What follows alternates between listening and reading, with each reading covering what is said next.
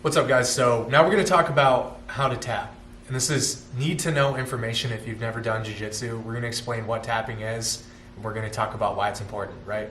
And how to do it correctly so you don't get injured. Tapping is inherent to the sport of jiu-jitsu. Jiu-jitsu is all about strangles and joint locks. So we're either trying to strangle our partner or we're trying to threaten breaking a joint.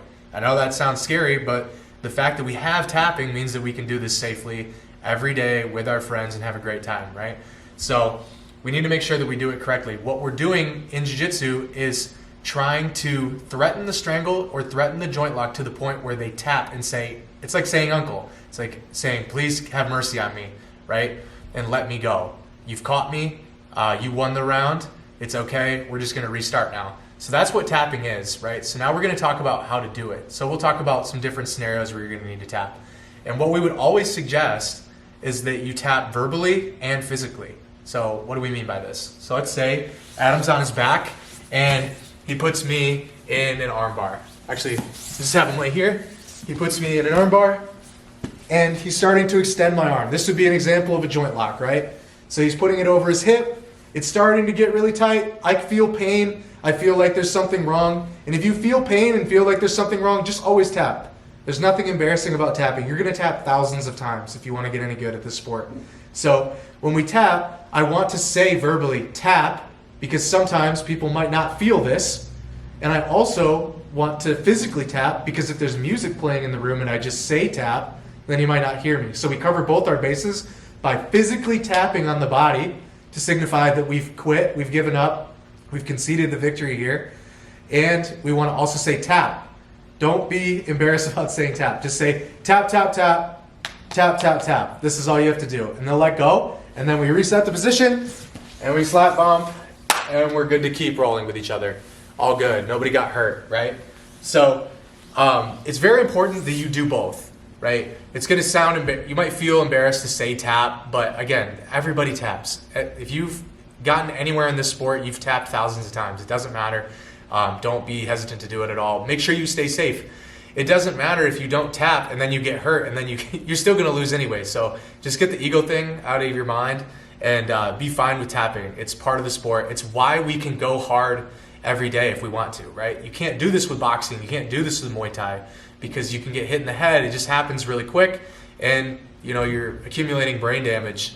And our sport is special because we can do this. We can go all the way to the point where we might get injured, and then because we have tapping, we don't have to get injured, right? So that's what makes jiu-jitsu one of the most real and realistic combat sports, is because we can do this full blast every day if we want, as long as we respect the tap.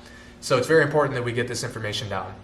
And so I'll show you guys what we don't want to do with the tap, right? So let's say, again, Adam has me in an arm bar here. He's starting to apply the arm bar, and what some people will do is they tap the mat. This doesn't tell Adam that I just tapped. Especially if there's music playing, he might not even hear this, right? He might still be going and thinking, oh, I haven't done it correctly, and he's trying to tighten his mechanics. All the while, I'm like, it was plenty tight enough, and now you're making it tighter and you're potentially breaking my arm. So we want to make sure that we're tapping the body, and we're also saying tap. So we give them an auditory clue and a physical clue that we've given up, they've gotten us, it's fine, we're done. Right? What we don't want to do, again, is tap the mat. This is super common. Just make sure you're not doing this, okay?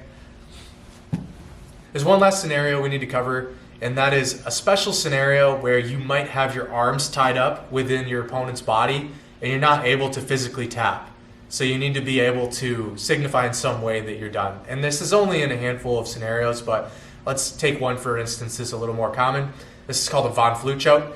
So let's say I go in for a guillotine, right? I get Adam's head, I'm going in for a guillotine, he defends well, runs to the side, and turns it into a low elbow guillotine.